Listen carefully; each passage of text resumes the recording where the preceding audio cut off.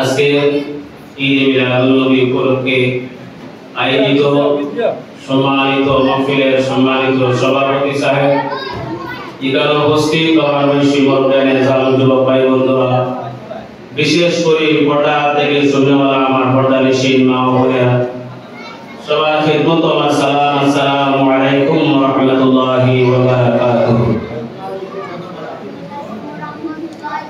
আজকে যে দিন হিসাবে বা যে দিনের সম্মানিত জানাইয়া আজকে আয়োজিত মহফিল করা,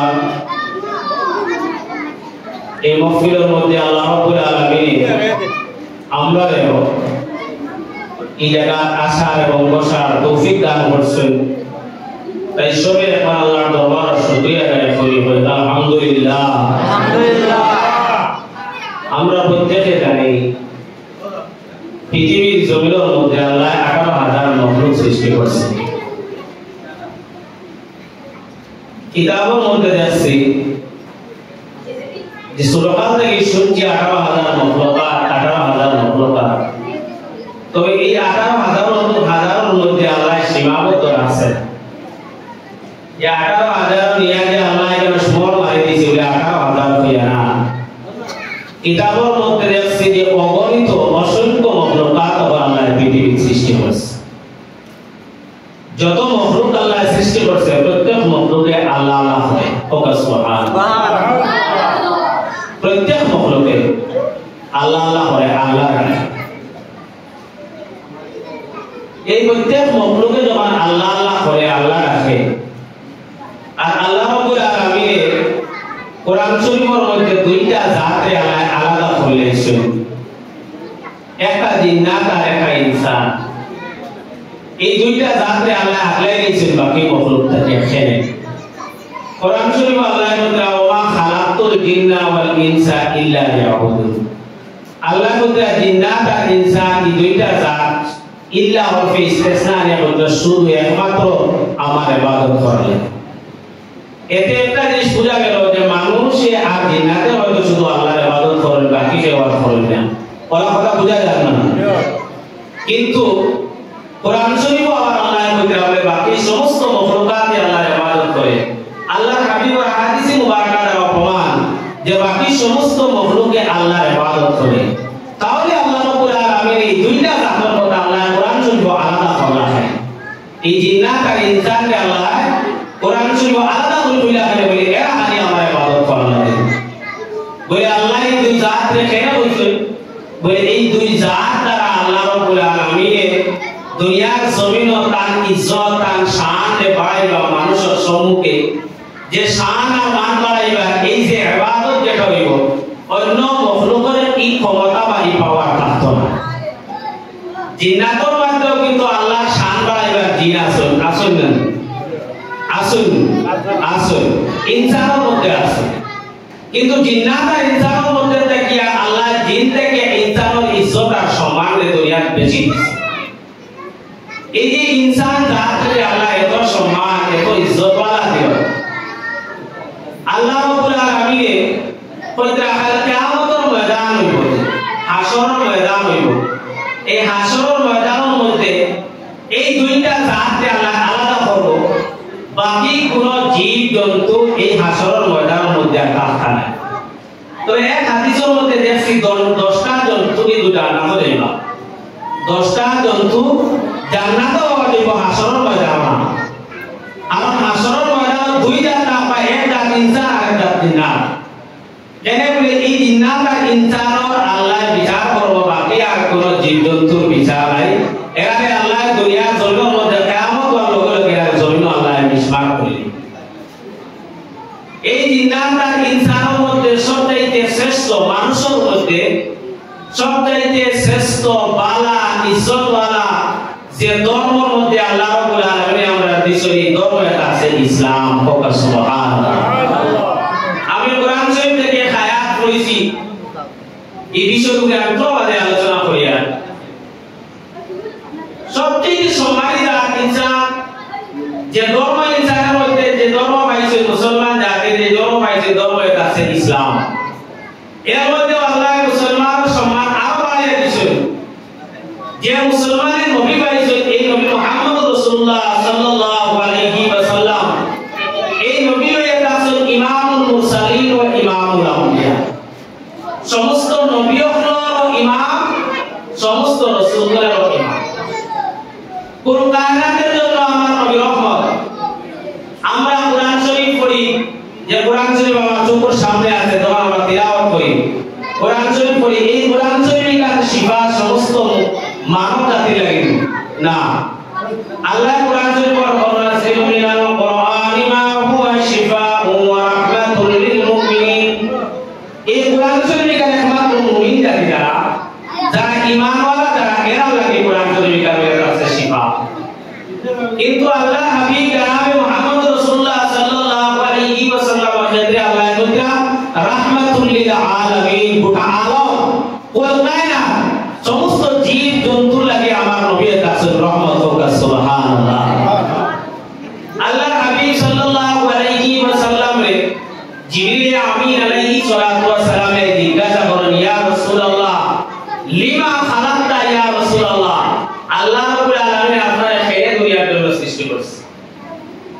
লিমা খালাকতা ইয়া রাসূলুল্লাহ, খেয়ে আল্লাহ আপনার সৃষ্টি করলো দুনিয়ার। তো নবী ফরমাইছেন লাউলা খালাকতু, যদি আল্লাহ আমারে বানাইতা না, লা খালাকতু সামাআ লা খালাকতা সামাআ ওয়াল আরদা, আল্লাহ রাব্বুল আলামিন আসমান জমিন চন্দ্র গ্রহ যত যা কিছু আছে পুরো কিছু আল্লাহ সৃষ্টি করলেন। সুবহানাল্লাহ। এটা একটা কথা বুঝা গেছে যে আমার নবী মুহাম্মদ আরবি সাল্লাল্লাহু আলাইহি ওয়াসাল্লামের কারণে গোটা বিশ্ব ব্রহ্মাণ্ড সৃষ্টি। আজকে যে দিন যেটা আমরা ঈদে মিলাদুন নবী কই বা ঈদের একটা দিন হয়, এর মধ্যে আমরা মাঝে পার্টি বিভক্ত হয়ে যায়। কেউ এটার অতিরঞ্জিত করে, আর কেউ আছে এটা একদম ছাড়ি দেয়, দোষটা খারাপ। যারা অতিরঞ্জিত করে না ইসলাম নিষিদ্ধ, অতিরঞ্জিত ইসলাম পছন্দ করে না। বর্তমানে এই ডিজে এই সমস্ত জিনিসটা যেটা বর্তমানে চলে না, এটা ইসলামে পছন্দ করে না, কোনো আলাদা ইসলামে এটা পছন্দ করে না। আর রাসূলুল্লাহর জন্মদিনে যদি বিশ্বাস করে না, তাহলে তো আল্লাহ রাসূলের ফিরিস্তা হওয়ার কোন নবীজি মানব রূপে দুনিয়ার জন্য এসে যদি হয় না, তো নবীজি ফিরিস্তা ওরা বলেন আপনারা নবীজি ফিরিস্তা হইবেন। না, নবীজি আল্লাহ রাব্বুল আলামিন মানুষ রূপে দুনিয়া তৈরি দিয়েছেন। এতে বোঝা গেছে আল্লাহ রাসূল দুনিয়ায় জন্মগ্রহণ করেছেন, ওটা নবীজির জন্ম হয়েছে। তাহলে একটা প্রশ্ন আইলো যে এই দিনটাকে আমরা ঈদে মিলাদুন নবী কই কেন? এটা একটা প্রশ্ন হয় স্বাভাবিক। ঈদ প্রথমে কিছু জিনিস আমরা বুঝার দরকার আছে। যে মানে আপনারা ঈদ এলাকায় তো আমার কারণ হিসাবে আমি একদম সাময়িক ভাষায় সুন্দর করে বুঝিয়ে দিতে চাই আর কি। অন্য কোনো জায়গা হলে অন্য বিষয়ের উপরে আলোচনা করিয়া বা ও বিষয়ের উপরে অন্যভাবে মাতি হবে জানা না, কিন্তু আমি সাময়িক ভাষায় বুঝাইবার চেষ্টা করবো, আপনারা খেয়াল দেবা আমার ভাই। ঈদ এটা আরবি শব্দ। ঈদ শব্দের অর্থ আছে আনন্দ বা খুশি। আনন্দ বা খুশির আরো আরবি শব্দ আছে, যেটা নাম এসব বাদ আছে ভুল হইলেও ধরি।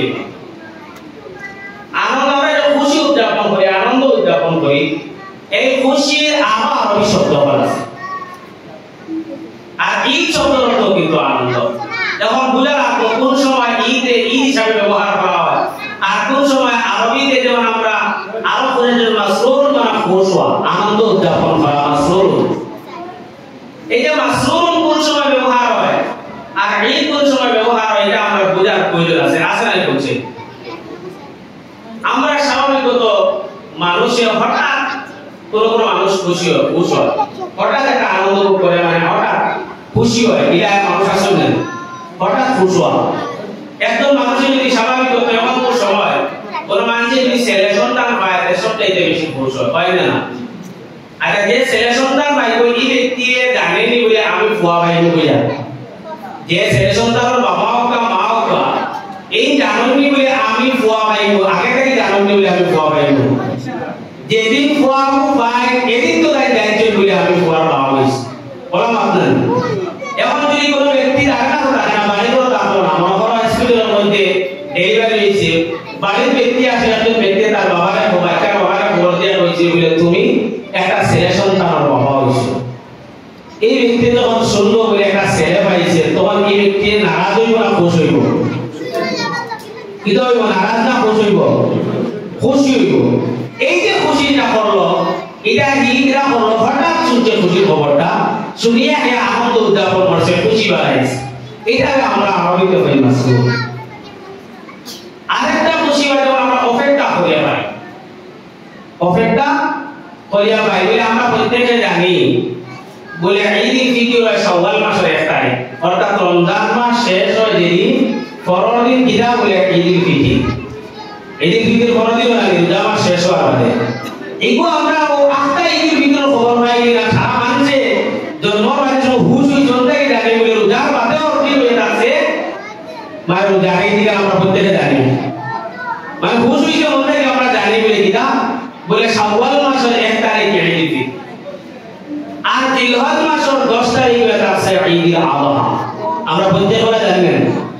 ঠিক তদ্রূপ ভাবে আল্লাহ হাবিব সাল্লাল্লাহু আলাইহি ওয়াসাল্লাম যেদিন দুনিয়ার জগতে তশরীফ আনছেন, যেদিন নবী করিম সাল্লাল্লাহু আলাইহি ওয়াসাল্লাম রবিউল আউয়াল মাসের 12 তারিখ যে দুনিয়ার জন্য আইছেন, তশরীফ আনছেন, এই দিন আমরা প্রত্যেকে জানি যে আল্লাহ হাবিব রবিউল আউয়াল মাসের 12 তারিখে আইছেন। এর কারণে ওই দিন নবীজির জন্ম হয়েছে। এর কারণে এই যে দিন যেটা নবীজির যে জন্মের দিন হিসাবে, আর নবীজি না হলে পৃথিবী সৃষ্টি হইতো না, ও নবীর আগমনের দিন হিসাবে যে আমরা খুশি উদযাপন করি, এই খুশিটাকে কোয়া হয় ঈদে মিলাদুন নবী। ঈদ পাইলে আমরা আনন্দ করা, মিলাদ মানে জন্ম বৃত্তান্ত আলোচনা করা, কথা বোঝা যায়? মিলাদ এটা আরবি শব্দ, অর্থের আছে জন্ম বৃত্তান্ত আলোচনা করা। এই কারণে আপনার আমারও মিলাদ হয়, আমরা তো আরব বাঙালি মানুষের আমরা জন্মদিন করি, আরবিয়ান মানুষরা এর মিলাদ হয়। যেমন যদি আমার জন্ম নিয়ে কেউ আলোচনা করে, আমার জন্মটা কিলা হয়েছে, কিভাবে হয়েছে, কেন হয়েছে, কোন জায়গায় হয়েছে, কে কে উপস্থিত আসলা, এরা যদি কেউ আমার বর্ণনা দেয়, তাহলে এটা আমার মিলাদ হইল না, আমার জন্ম নিয়ে আলোচনা করা হইল না।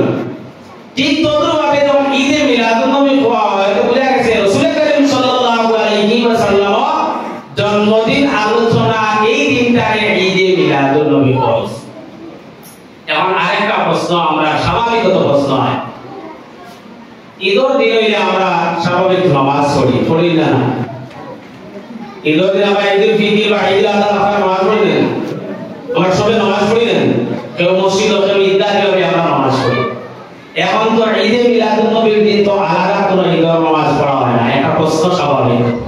এটাও আমি আপনারা দিয়ে দেই। আমি কোরআন শরীফ থেকে এক আয়াত পড়েছি, আমরা মনে হয় এই জীবনের মানে বছর মধ্যে আগে দুইটা বলে না, এই শুধু দুইটা নয়, ও আয়াত দিয়ে আপনারা মানে প্রমাণ পাইবেন। কোরআনুল কারীম আমার আল্লাহ রাব্বুল আলামিন তার পবিত্র কালামুল্লাহ শরীফের মধ্যে ফরমায়, আল ইয়াওমা আকমালতু লাকুম দীনাকুম ওয়া আতমামতু আলাইকুম নি'মাতি ওয়া রাদিতু লাকুমুল ইসলাম দীনা। আল্লাহ রাব্বুল আলামিন ফরমায়, আল ইয়াওমা আকমালতু লাকুম দীনাকুম, আমি তোমাদের ধর্ম যেটা আছে ধর্মটাকে আমি আল্লাহ পরিপূর্ণ করিয়া দিয়েছি।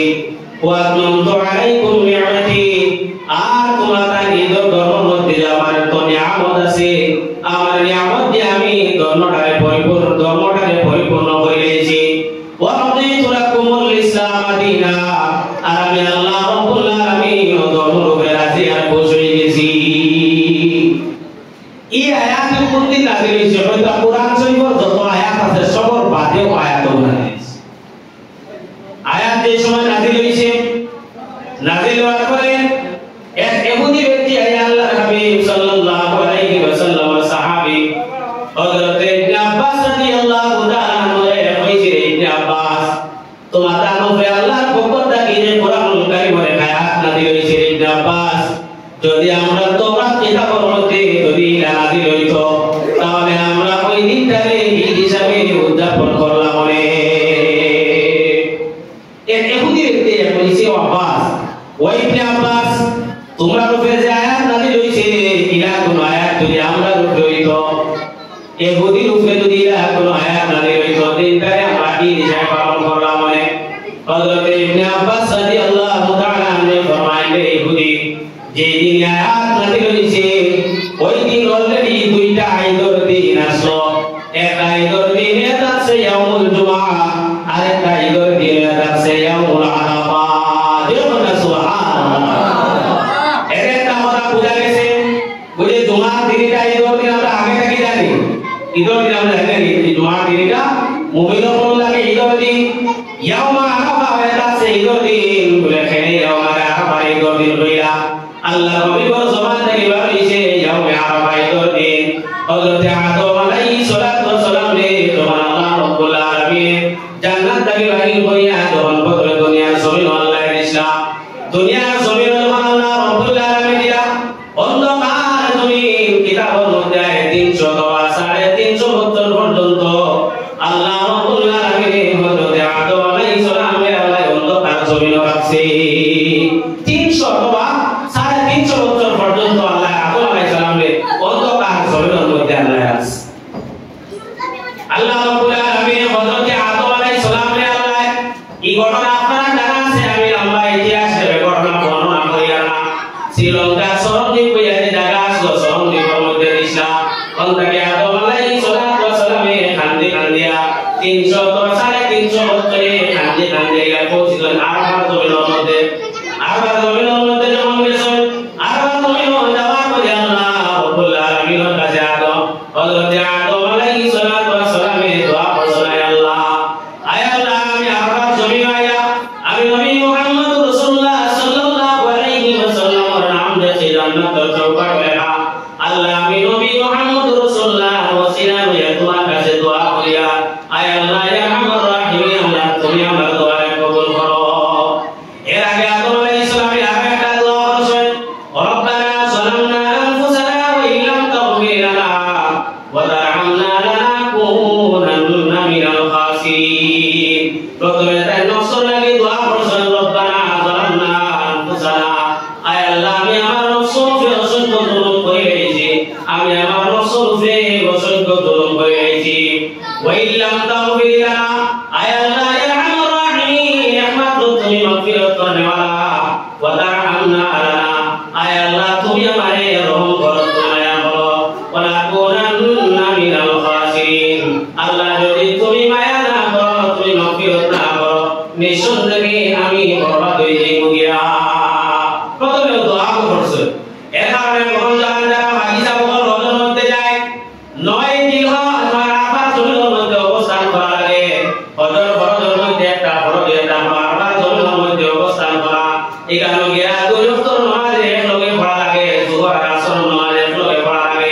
এই জায়গা থেকে জোহর আসর নামাজ পড়ায় আল্লাহ হাবিব সাল্লাল্লাহু আলাইহি ওয়াসাল্লাম ফরমায় আর বার জমিনের যে কোন মানুষ কি তার কদম লাগিয়া ওই মানুষে আল্লাহ দরবার হাত তুলে দোয়া করা লাগে না ভাই আমার আল্লাহ রাব্বুল আলামিন সাথে ওই দোয়া ব্যক্তির দোয়া আল্লাহ কবুল কইরা দিল সুবহানাল্লাহ ও আদম আলাইহিস সালাতু ওয়াস সালাম দোয়া আল্লাহ আর বার জমিনের মধ্যে আল্লাহ কবুল করলা এর কারণে ওই দিন আদম আলাইহিস সালাতু ওয়াস সালাম যখন আলোর আমাদের সূর্য আমরা এই দিন পাইছই ও দিন হযরত আদম আলাইহিস সালাতু ওয়াস সালাম খুশি হইছিল এবং জঙ্গলের পশু পাখি নিয়া হযরত আদম আলাইহিস সালাতু ওয়াস সালাম খুশি বানাইছিলা এর কারণে ওই দিন করে ঈদ ইয়াউমুল আরাফা বাঈদ ইয়াউমুল আরাফা হইয়া কয় আদম আলাইহিস সালামের দোয়া করলা আল্লাহ দোয়া কবুল করলা এই দিন করে ঈদের দিন পাওয়া হযরত আদম আলাইহিস সালাম ঈদ উদযাপন করেন পশু পাখি রকম হইয়া এর কারণে মুসলমান হল ঈদ হইলে শুধু নামাজ লাগাইলা কোনো বাত নাই ঈদের অর্থ বুঝি নাই এটা কোনো বিষয় না এটা নিয়ে আমরা তর্ক দেওয়া দরকার নাই যারা মুসলমান হল আমরা মূল বিষয় আছে আমরা দুনিয়ার জমিনের মধ্যে আল্লাহ আমরা ছেড়ে দিয়েছে কোন কারণে আল্লাহ দুনিয়ার জমিনের মধ্যে দিল এই বিষয় নিয়ে আমরা আলোচনা করার লাগে আমার আল্লাহ রাব্বুল আলামিন পবিত্র কালামুল্লাহ শরীফের মধ্যে ফরমায় ওয়া মা খালাকুল জিন্না ওয়াল ইনসা ইল্লা লিয়াবুদুন আমি ইনসান আর জিন্নাত দুইটা জাত আমার ইবাদত করার লাগি পাঠাইছি এই যে কোরআনুল কারীম আমরা আমার চোখের সামনে রেখেছিলাম এটা এমন একটা কোরআনুল কারীম এমন একটা কিতাব পৃথিবীর জমিনের মধ্যে যত কিতাব আছে কোন প্রত্যেক কিতাবের মধ্যে কোন যারা লেখক আছেন প্রত্যেক লেখকে লিখিছেন বলে আমার যদি কোন ভুল ভ্রান্তি কিতাবের মধ্যে পাও আর যদি কেউ দরিয়া দিতে পারো তাহলে আমি কৃতজ্ঞতা হব ওরা লেখক করে বেজান কিতাবের মধ্যে লেখা হয়েছে